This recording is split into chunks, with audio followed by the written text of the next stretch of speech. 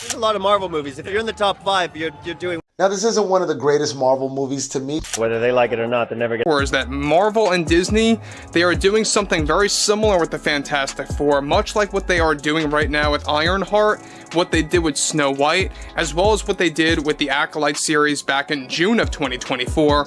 And, well, a lot of this has to do with the financial cutbacks and the financial collapse surrounding the Fantastic Four first steps. So these are 6 woke points that are all in this movie, which makes this movie fully woke. It's not just like one thing. They were like, yeah, they did this, but no, it's fully there.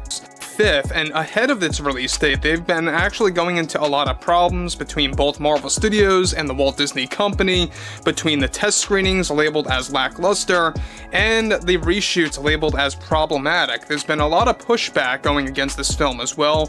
There's a lot of Marvel fans that aren't quite fond of the fact that they are using Shala Bal, the female Silver Surfer. So, the question is, can a movie be woke and good? The majority of the time, no. The majority of the time, everything woke turns to shit.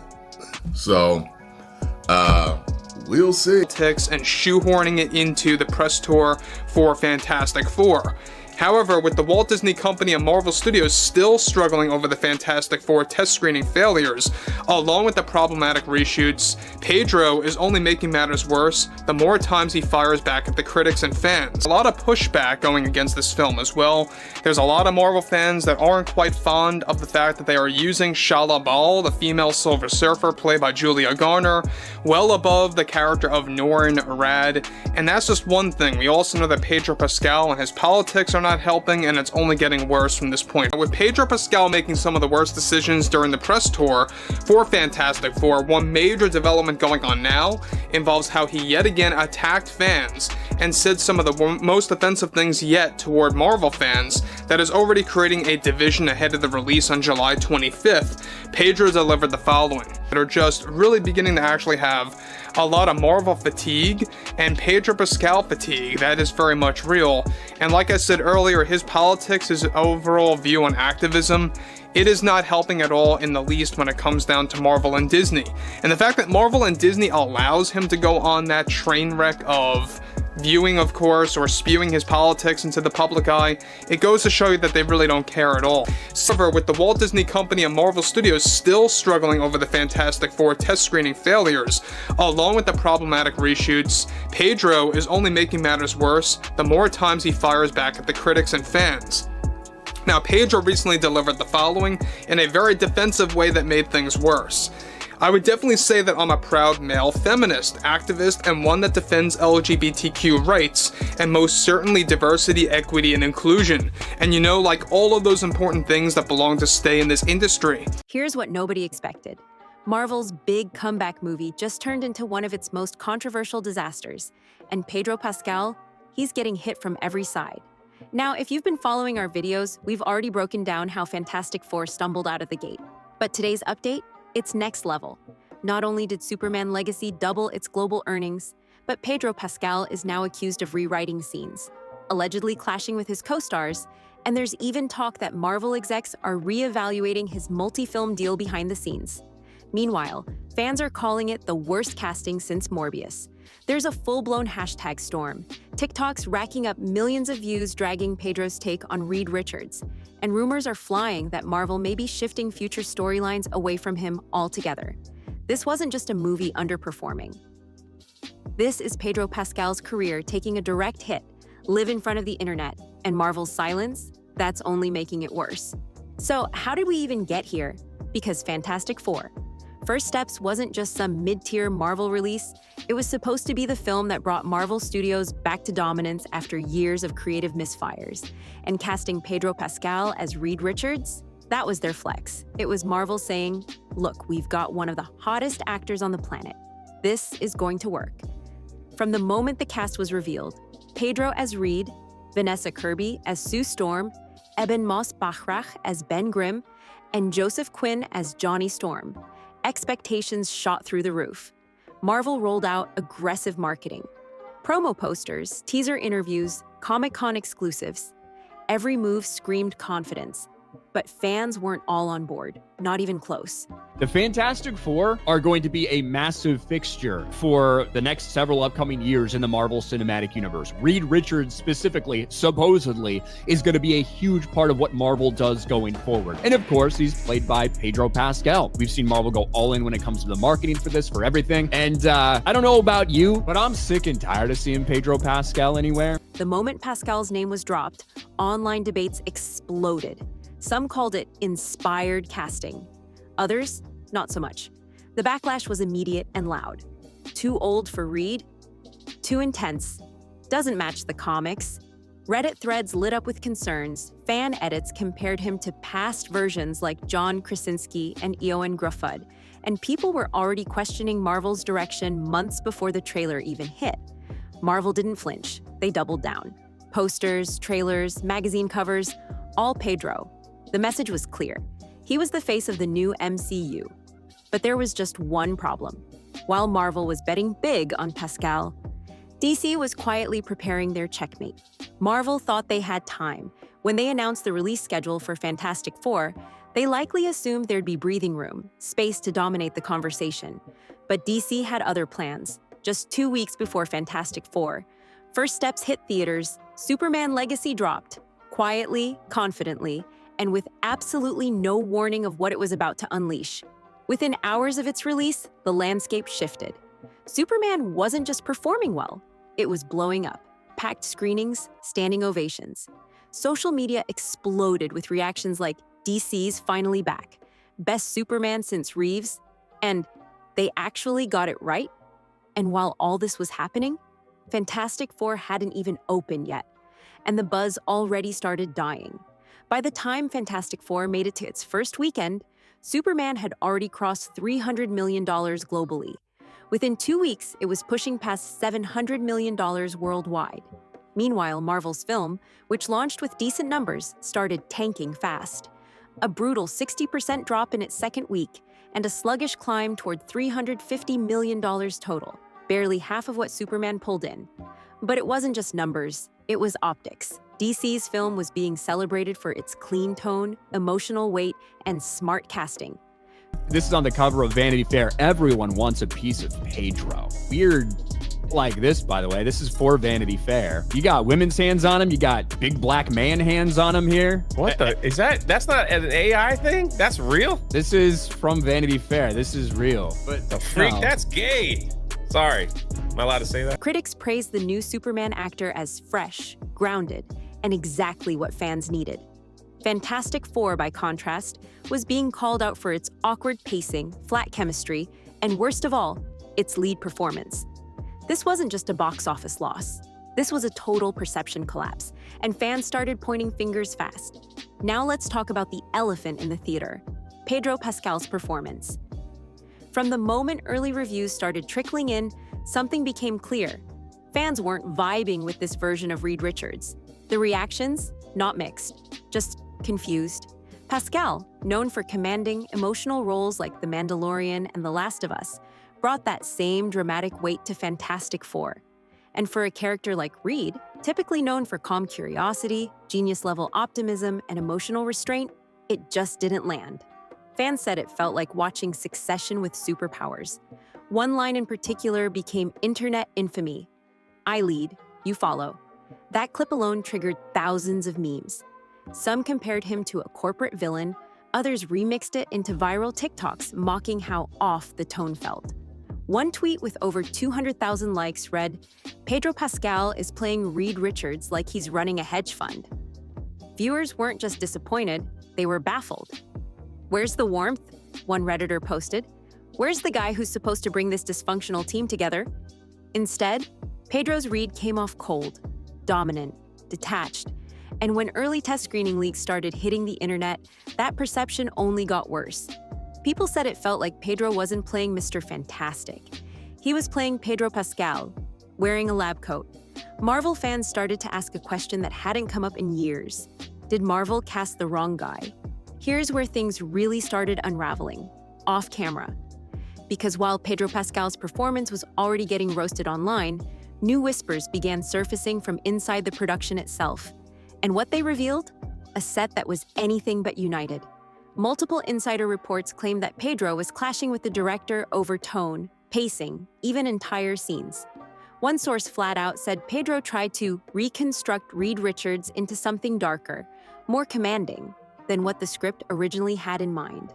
Another claimed he pushed for last-minute rewrites to emphasize Reed's leadership, allegedly cutting back on other characters' emotional beats. And it didn't stop there.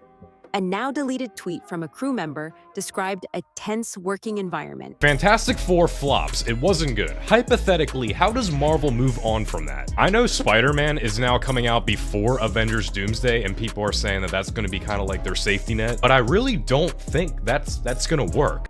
Adding that there was a shouting match between Pedro and another cast member, reportedly Joseph Quinn, who plays Johnny Storm. Fans later pointed out how strained their dynamic felt on screen. Like that tension wasn't acting. One scene, initially written to highlight Reed's humility, was allegedly rewritten at Pedro's request to instead show him taking charge, commanding the team rather than collaborating. That shift in tone, it echoed exactly what critics and fans said felt off about the movie.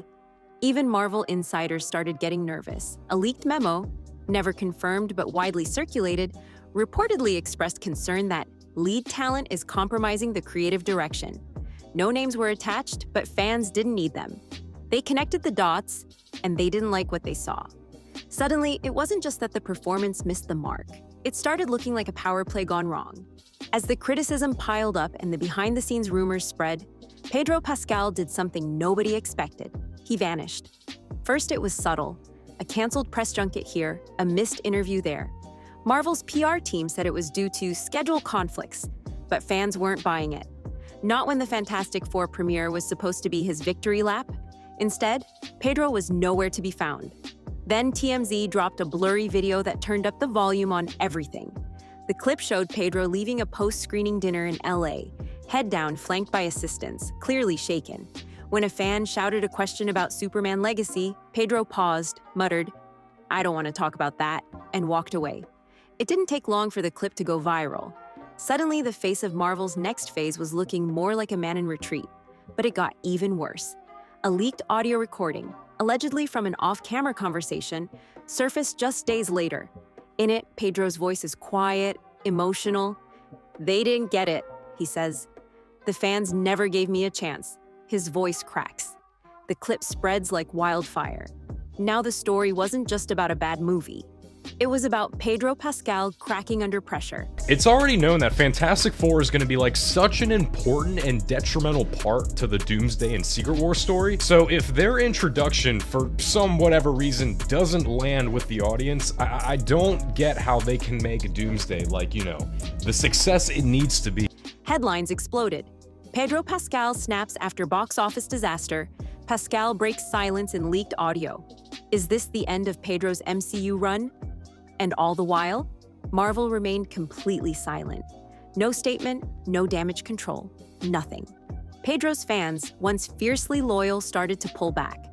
Some still defended him, but many began questioning whether he was ever the right fit for the MCU in the first place. If there was ever a point of no return, this was it. Because once the leaked audio dropped and Pedro Pascal disappeared from public view, the fans didn't just critique, they mobilized.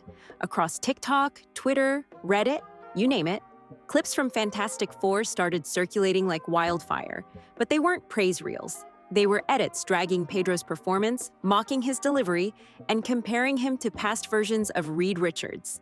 The most viral TikTok? Just 4 words. Pedro Pascal was never Reed. 9 million views in under 48 hours. Another trending post labeled his version the least likable lead in Marvel history. One brutal Reddit thread gained thousands of upvotes with a single line. It feels like Pedro thought this was his movie. And that sentiment, it started catching on fast. What made it worse? The comparisons. Side-by-side edits showed Ian Gruffud and John Krasinski as Reed, balanced, curious, team-oriented. Then cut to Pedro, shouting, "I lead, you follow." One clip even layered dramatic piano over Superman's emotional moment and followed it with Pascal's cold, authoritative read, captioned, "Marvel gave us a control freak. DC gave us a hero." By this point, even longtime Marvel fans were throwing in the towel. "We lost this round," they admitted. And Marvel, still radio silent. The narrative was spinning out of control. And while Marvel's silence left fans fuming, Pedro's own actions spoke louder than any statement. Within days, he unfollowed Marvel Studios on Instagram. No caption, no press release, just gone. In the world of Hollywood PR, that's as loud as it gets.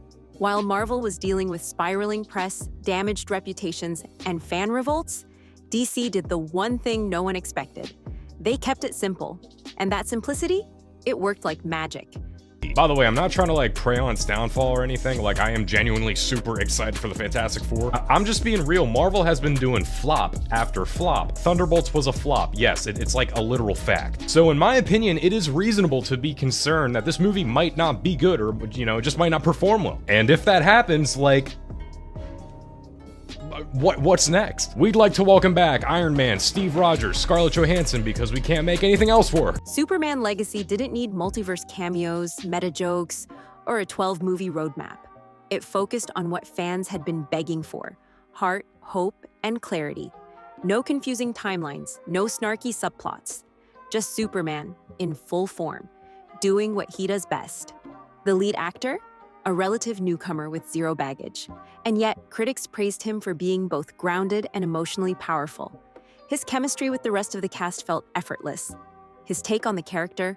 Classic but fresh. It was everything Marvel fans had wanted from Reed Richards, and didn't get. The box office numbers told the story. Over $700 million globally within weeks, outperforming projections and bringing in repeat viewers. Meanwhile, Fantastic Four was stalling out, barely limping past $350 million. But the real difference wasn't just in the money, it was in the energy. There was no off-screen drama, no leaked memos, no headlines about egos or rewrites. Just a clean rollout, glowing reviews, and happy fans. On TikTok, side-by-side clips showed the contrast in tone. Superman sharing a quiet moment with Lois Lane. Fans in the comments writing, "This is cinema." Then Reed Richards yelling over his team. Comments flooded with clown emojis. One meme summed it up perfectly. DC gave us Superman. Marvel gave us a midlife crisis in a lab coat. And as Pedro Pascal's moment slipped away, Hollywood started taking notice. Because what came next wasn't just fan backlash, it was career-level fallout. Once the public turned, the industry didn't wait long to react. Behind closed doors, the buzz started shifting. According to reports from multiple trade insiders, streaming platforms began quietly freezing projects with Pedro Pascal attached. One major film that was supposed to pair him with another A-list star, now rumored to be on indefinite hold.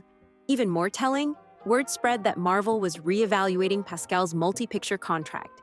No official statement, of course, but fans noticed something strange. Marvel wiped several hashtags related to Pascal off its social media feeds. Just gone. Subtle but not accidental. Agents reportedly began scrambling behind the scenes. Damage control strategies were floated. Selective interview plans. Maybe a shift back to indie roles. Even whispers of a full PR rebuild arc. The kind that happens when an actor's brand has taken a hit, and it's not going away overnight.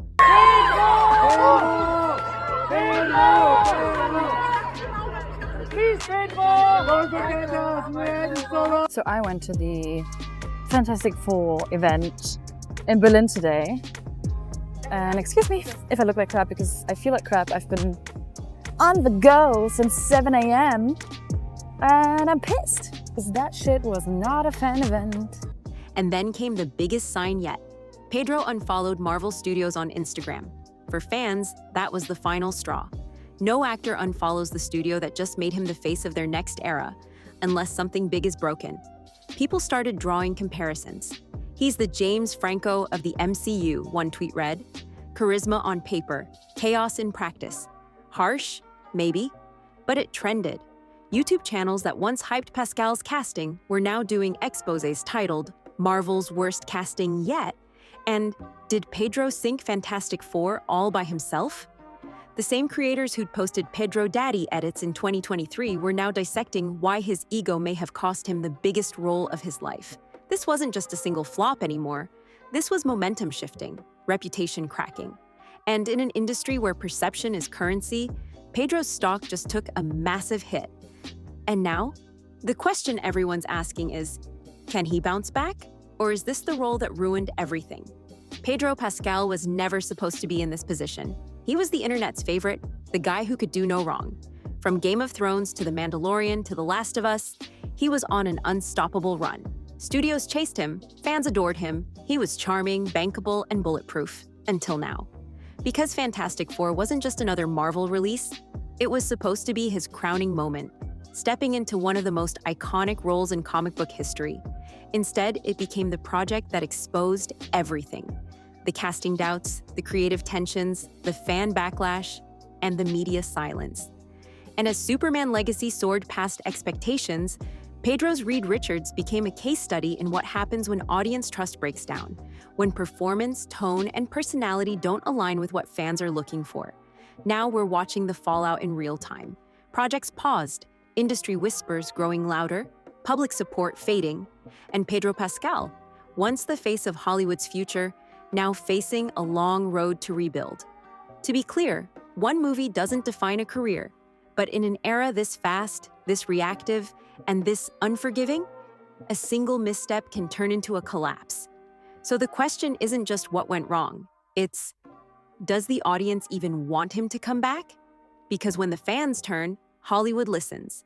And Pedro Pascal just found out how quickly a legacy can shift, from Marvel's future to a very public lesson in how fast it all can fall apart.